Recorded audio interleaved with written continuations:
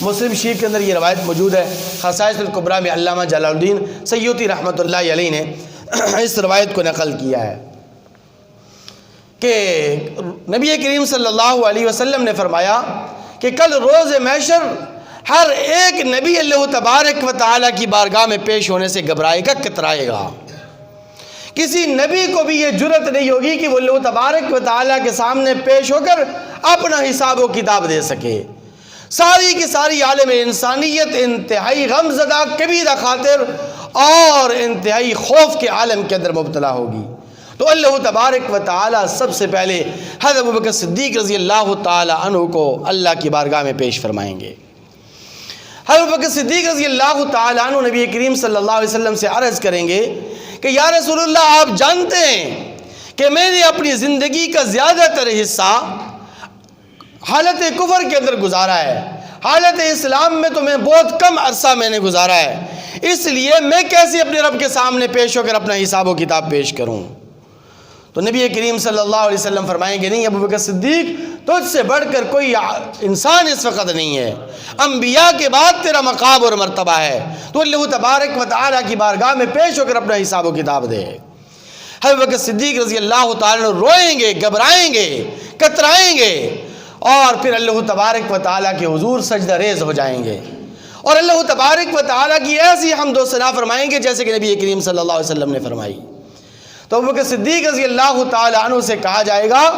کہ اے ابوبکر صدیق، جس طرح دنیا کے اندر میں اپنے محبوب سے راضی ہوا وَلَسَوْفَ يُعْطِيكَ رَبُّكَ فَتَرْضَىٰ، اسی طرح وَلَسَوْفَ يَرْضَىٰ میں نے آپ کے لیے بھی فرمایا۔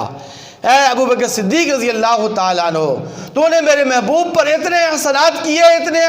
کیے کہ میرے محبوب نے لسان نبوت سے فرمایا تھا کہ اے ابوبکر صدیق، تیرے احسانات کا بدلہ میں دنیا کے اندر نہیں دے سکتا، کل روز محشر میری طرف سے میرا رب تجھے صلہ اور بدلہ اور ان احسانات کا صلہ عطا فرمائے گا، اس لیے جا، میں نے تیری بخشش کر دی ہے۔ ابوبکر صدیق رضی اللہ تعالیٰ عنہ کے بعد عمر فاروق رضی اللہ تعالیٰ عنہ کو حساب و کتاب کے لیے پیش کیا جائے گا۔ وہ عمر فاروق رضی اللہ تعالیٰ عنہ کہ جن کی نیکیاں آسمان دنیا کے ستاروں سے زیادہ ہوں گی، وہ بھی اللہ تبارک و تعالیٰ کے سامنے گھبرائیں گے، اللہ تبارک و تعالیٰ کے سامنے حاضر ہونے سے کترائیں گے، ان کے جسم پر کب کبھی طاری ہوگی اور وہ خشیت الہی کے مارے ڈر رہے ہوں گے، لیکن نبی کریم صلی اللہ علیہ وسلم کے حکم پر وہ بھی اپنا حساب و کتاب پیش فرمائیں گے، اللہ تبارک و تعالیٰ ان کی بھی بخشش فرما دیں گے۔ پھر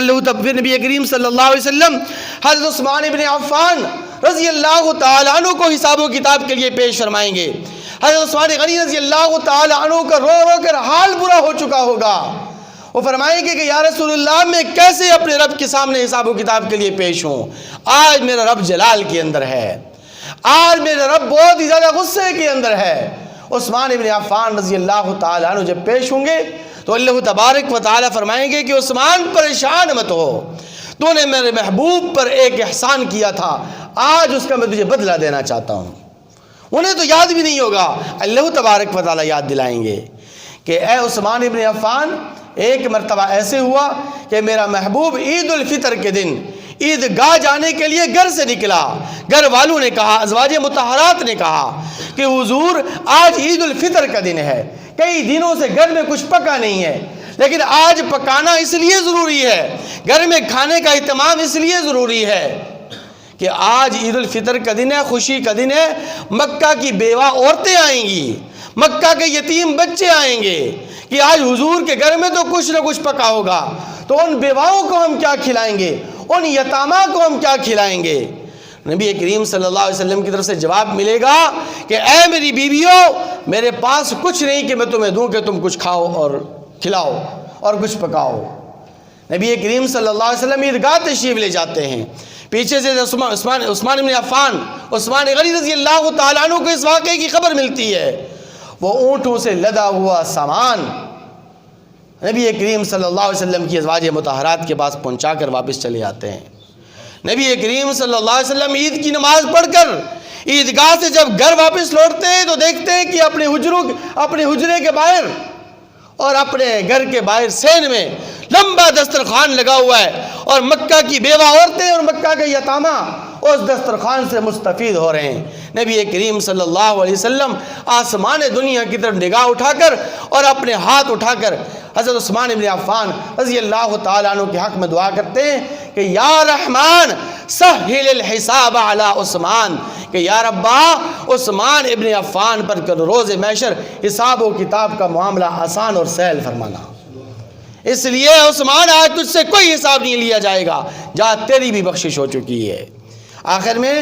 نبی کریم صلی اللہ علیہ وسلم حضرت علی المرتضیٰ رضی اللہ تعالیٰ عنہ کو پیش فرمائیں گے۔ وہ علی المرتضیٰ رضی اللہ تعالیٰ عنہ کہ جن کے بارے میں حدیث مبارکہ کے اندر آتا ہے کہ اسرع المحاسبتی حساب علی، کہ کل روز محشر سب سے زیادہ آسان حساب علی المرتضیٰ کا لیا جائے گا، حیدر کرار کا لیا جائے گا۔ اللہ تبارک و تعالی علی سے فرمائیں گے کہ علی آج تجھ سے کوئی حساب و کتاب نہیں، تیری بخشش ہے۔ پھر اس کے بعد دوسرے لوگوں کا حساب و کتاب شروع کیا جائے گا۔